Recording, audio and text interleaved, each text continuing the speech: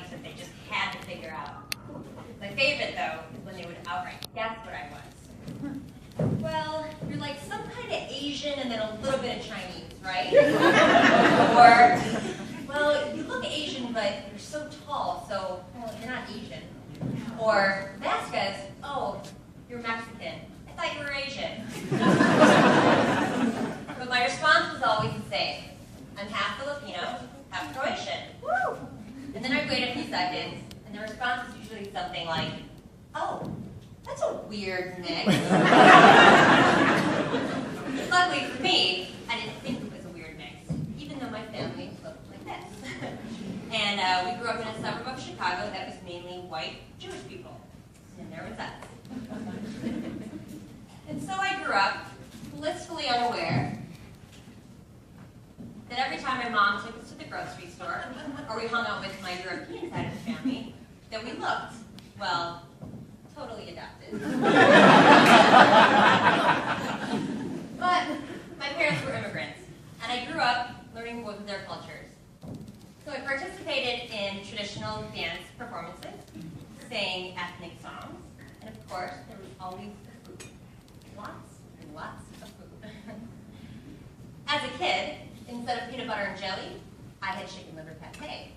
Instead, yeah, it's actually pretty good. Instead of hot dogs, I had blood sausages. Instead of a turkey on Thanksgiving, I had an entire roasted pig.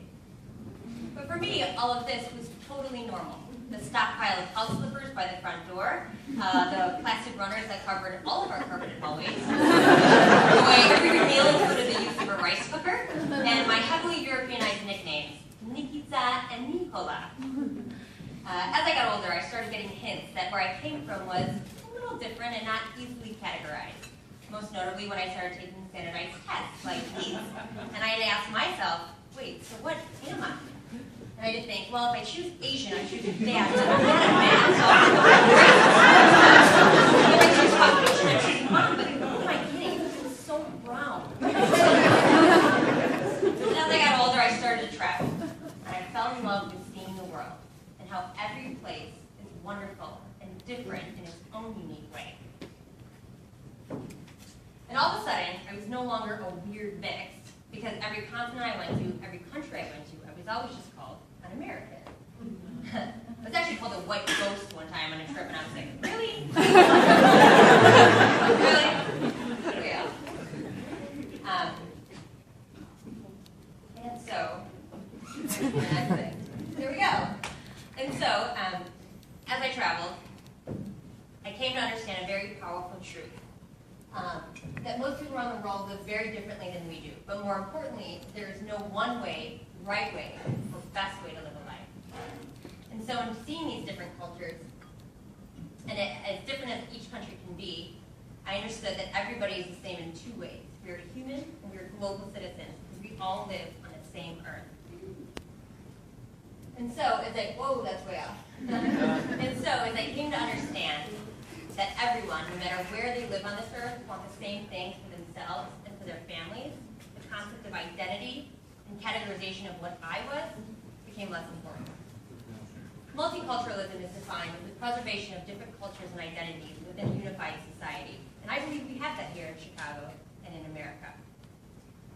And so, I accept and embrace that I am what I am. And it's a lot of different things. Oh, and that side's ahead of me.